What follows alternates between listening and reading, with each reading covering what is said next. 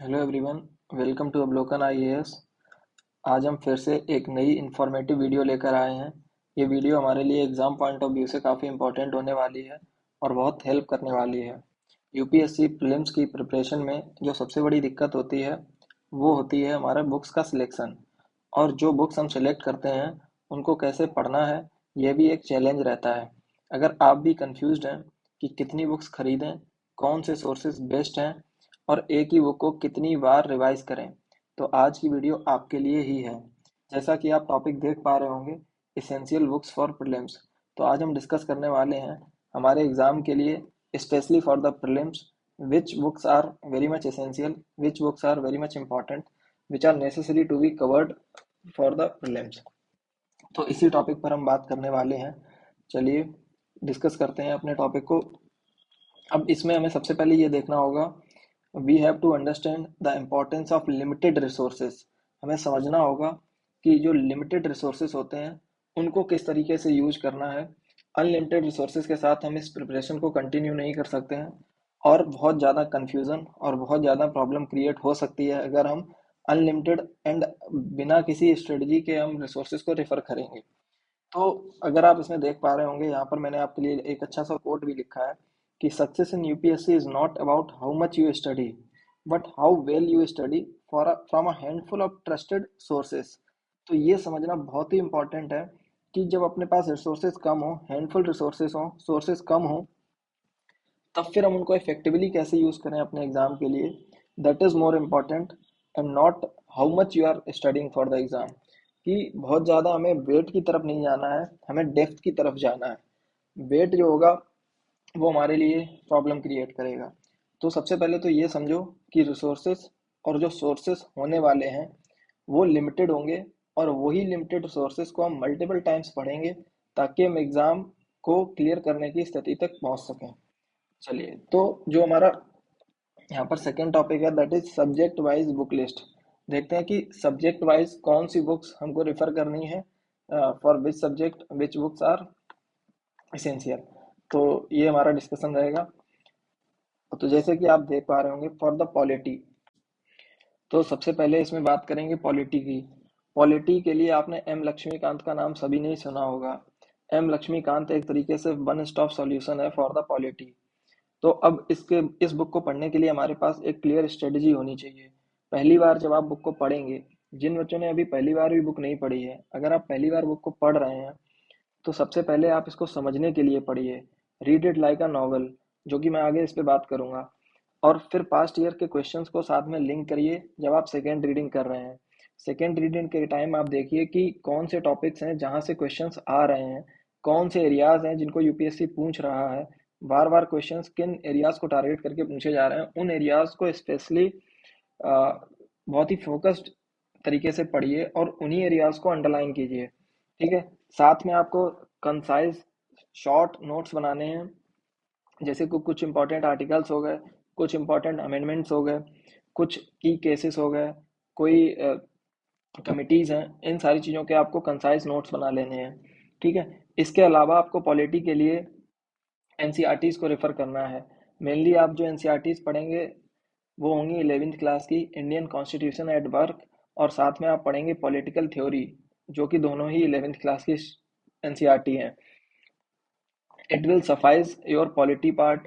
इसके बाद अगर आप चाहते हो तो क्लास 12th की एनसीईआरटी भी पढ़ लो, नहीं तो आपके साथ अगर आप क्लास 11th की एनसीईआरटी प्लस एम लक्ष्मीकांत को कंबाइन करेंगे, that is more than sufficient. जिनको लगता है कि अभी भी उनके कॉन्सेप्ट वीक हैं, जिन्हें और ज़्यादा पढ़ने की नीड है, तो वो लोग एनसीईआरटीज को 9th क्लास से रेफर कर सकते हैं। अब हम इसमें देखेंगे एंशियंट एंड मिडिवल हिस्ट्री। जब हिस्ट्री की बात होगी तो फिर हम इसको कई पार्ट्स में देखते हैं। एंशियंट और मिडिवल हिस्ट्री के लिए आपको जो सोर्स रेफर करना है that is Tamil Nadu state board books. या तो आप इसको रेफर करेंगे या फिर आप ओल्ड एनसीईआरटीज की तरफ जाएंगे, और ओल्ड एनसीईआरटीज जो होने वाली हैं हमारी, उन पर ही आप रिलाई करेंगे।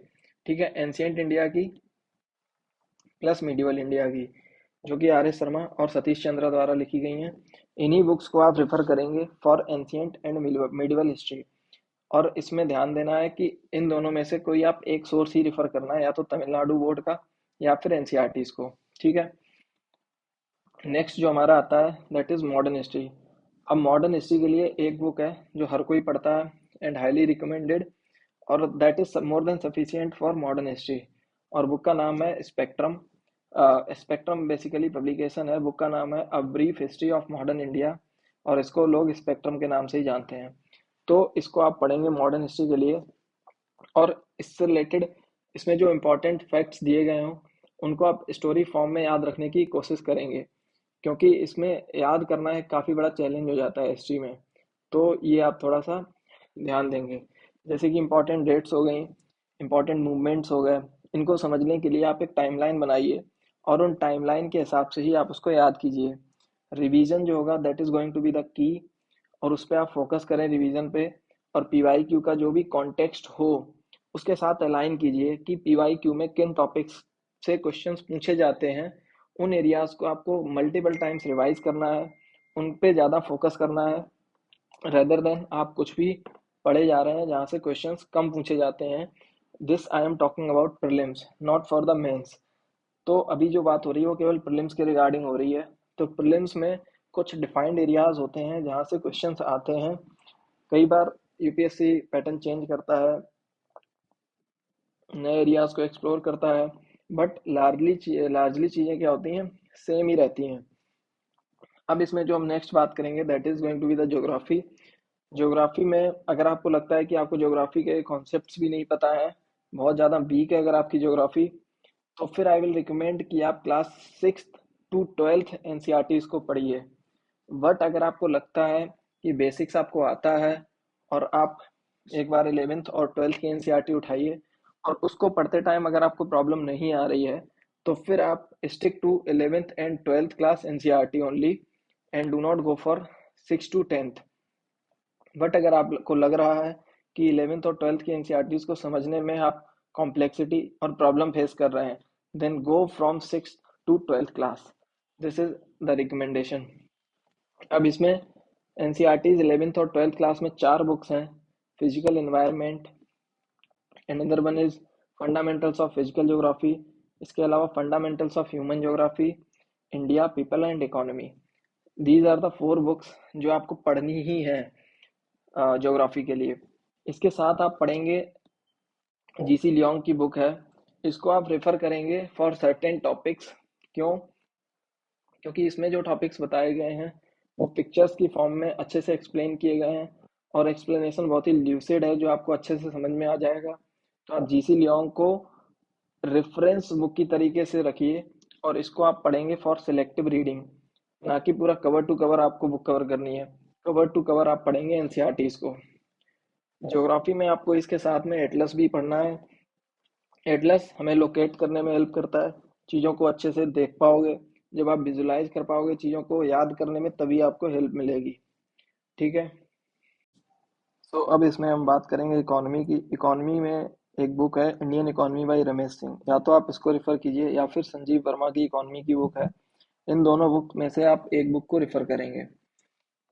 स्टैंडर्ड बुक्स में आपको कोई एक बुक रिफर करनी है, साथ में आप पढ़ेंगे क्लास 11th की और क्लास 12th की एनसीईआरटी को। Development, Indian economic development class 11th की बुक है, ये आप पढ़ेंगे। यहाँ से आपको पता चलेगा कि पोस्ट इंडिपेंडेंस किस तरीके से इकोनॉमिक ग्रोथ हुई इंडिया की, किस तरीके से इकोनॉमिक डेवलपमेंट हुआ, किस तरीके से रिफॉर्म्स हुए, कैसे 5 ईयर प्लान्स को डेवलप किया गया, उनमें क्या क्या चीज़ें होती हैं। So this you have to do. साथ में आप क्लास 12th की एनसीईआरटी भी पढ़ेंगे अपने कॉन्सेप्ट को क्लियर करने के लिए, और एक स्टैंडर्ड बुक रिफर करेंगे, या फिर रमेश सिंह या फिर संजीव वर्मा की बुक। ठीक है।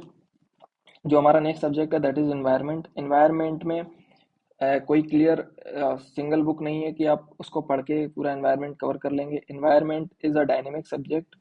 बाकी के जो सब्जेक्ट्स हैं वो थोड़ा सा स्टैटिक होते हैं, like geography, modern history, ancient medieval history और पॉलिटी। इन्वायरमेंट का जो मेजर पोर्शन होता है that comes under the current affairs part. तो करेंट अफेयर में आप न्यूज़पेपर को रेफर करेंगे, मंथली मैगजीन्स को पढ़ेंगे, किसी प्रोमिनेंट या किसी अच्छे इंस्टीट्यूट की, लाइक विजन आईएएस या फिर वाजीराम, है ना। साथ में आप इन्वायरमेंट के लिए जो बुक रेफर कर सकते हैं दैट इज शंकर आईएएस या फिर पीएमएफ आईएएस।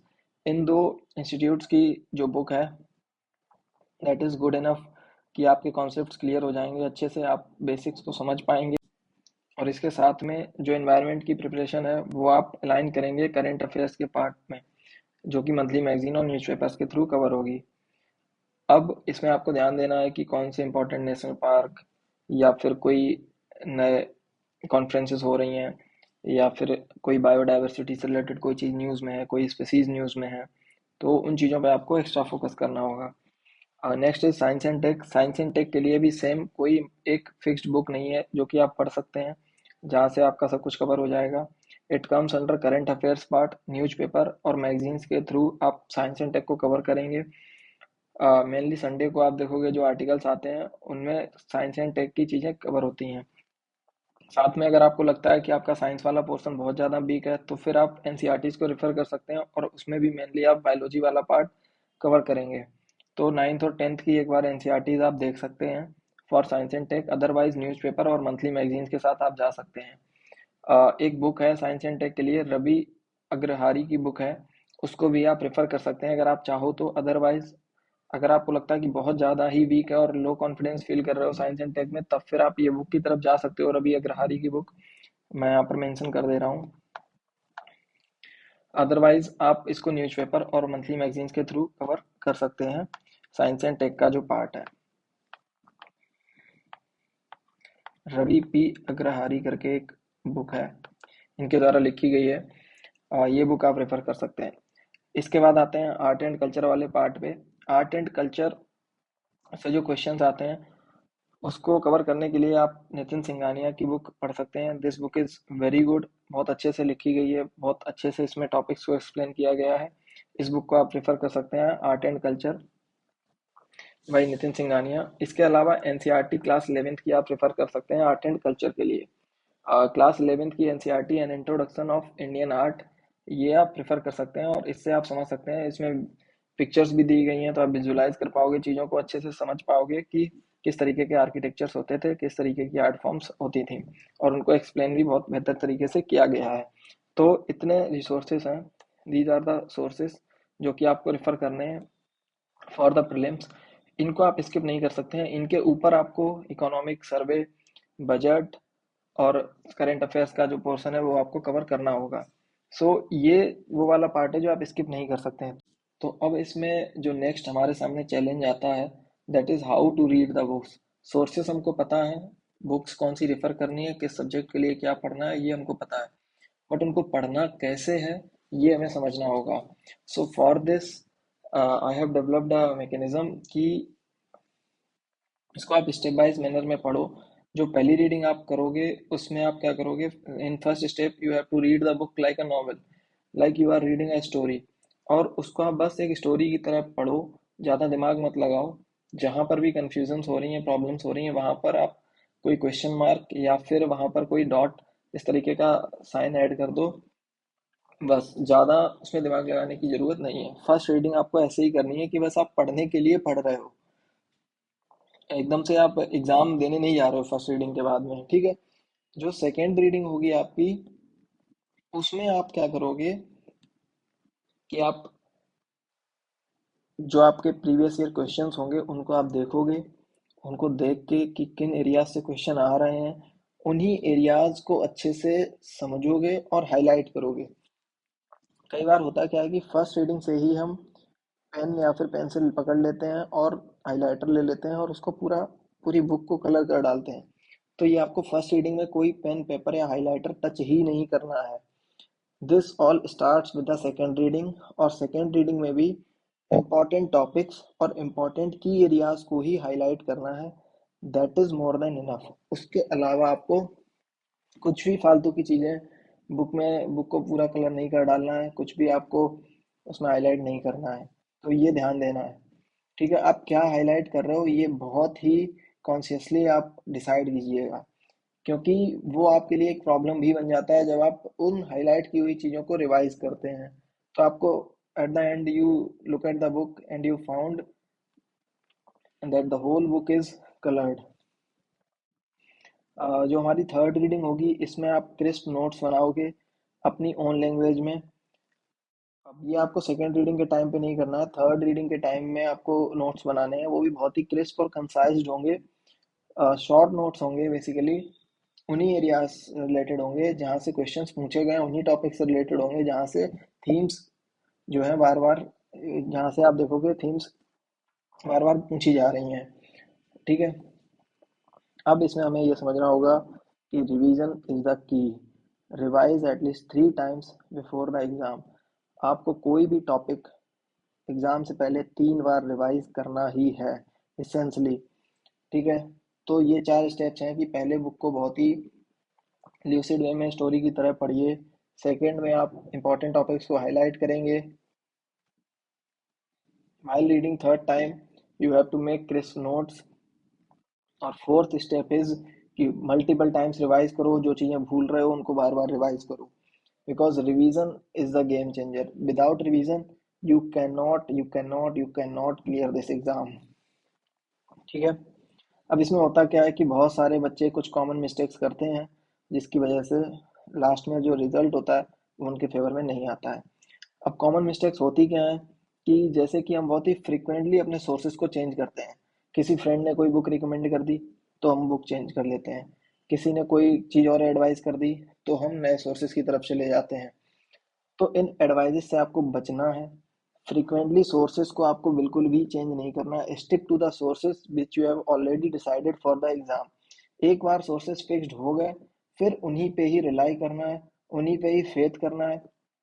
पूरा भरोसा, पूरा बिलीव आपका उन्हीं पे ही होना चाहिए और उन्हीं को ही आप मल्टीपल टाइम्स रिवीजन करेंगे। So that is the key. Sources को चेंज नहीं करना है और लोगों की एडवाइस को बहुत ज़्यादा नहीं सुनना है। Only follow the advice provided by your mentor. जो भी आपको मेंटोरशिप प्रोवाइड कर रहा है, जिससे भी एक जो इंसान जो आपको एडवाइस कर रहा है आप उसी की एडवाइस रेफर करो, ना कि कई सारे अलग अलग लोगों से, कई सारे फ्रेंड्स से या फैमिली में बहुत सारे लोगों की एडवाइस फॉलो नहीं करनी है। For the sources. ठीक है, note making, yes notes making is necessary.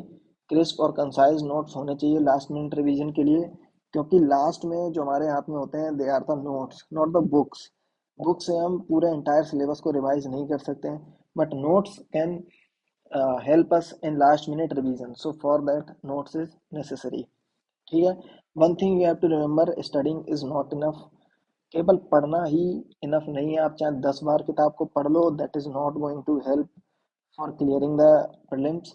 You have to practise mock test, बहुत सारे मॉक टेस्ट आपको प्रैक्टिस करने पड़ेंगे। ठीक है, अब ये कैसे डिसाइड होगा कि कितने मॉक टेस्ट आपको लगाने हैं? इसके लिए एक तरीका होता है कि आप कितना गलत कर रहे हैं, कितने आपके सही हो रहे हैं, आपकी प्रिपरेशन कैसी है, सब्जेक्ट पे कमांड कैसी है। तो ये वेरी करता है फ्रॉम पर्सन टू पर्सन। ये कोई फिक्स्ड क्राइटेरिया नहीं है, कोई 10 टेस्ट लगाता है, कोई 20 या कोई 100 भी लगाता है। साथ में आपको पीवाई क्यूज रिवाइज करने हैं और पीवाई क्यूज भी सॉल्व करने हैं।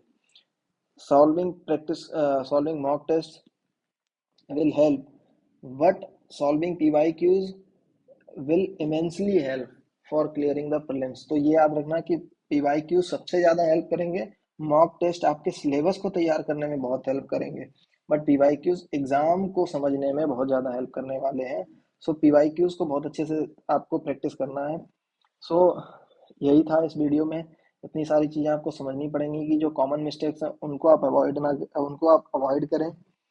प्लस बुक्स को पढ़ना कैसे है, सब्जेक्ट वाइज बुक लिस्ट मैंने ऑलरेडी आपको बता दी है, और what is the importance of limited resources. इन 4 बातों को आपको ध्यान रखना है। एंड लास्टली आपको ओवरलोडिंग से बचना है, because overloading with resources only creates confusion. जितना आप ओवरलोड करोगे रिसोर्सेज को अपने लिए, they will create confusion for you. And mastery comes from consistent revision of limited material. जो भी लिमिटेड मटेरियल आपको बताया जा रहा है, जो लिमिटेड बुक्स आपको बताई गई हैं, या फिर जो आपने ऑलरेडी फिक्स्ड की हैं, हो सकता है इनमें से किसी सब्जेक्ट पे आपने अपने हिसाब से कोई दूसरा सोर्स रिफर कर रहे हो, तो आप उसी पर ही रिलाई कीजिए, उसी में ही अपना बिलीव कीजिए और उसी को ही बार बार आपको कंसिस्टेंटली उसी को ही रिवाइज करना है। Then comes the mastery and that will help you for clearing this exam. So this is it for this video. Thank you for watching this video.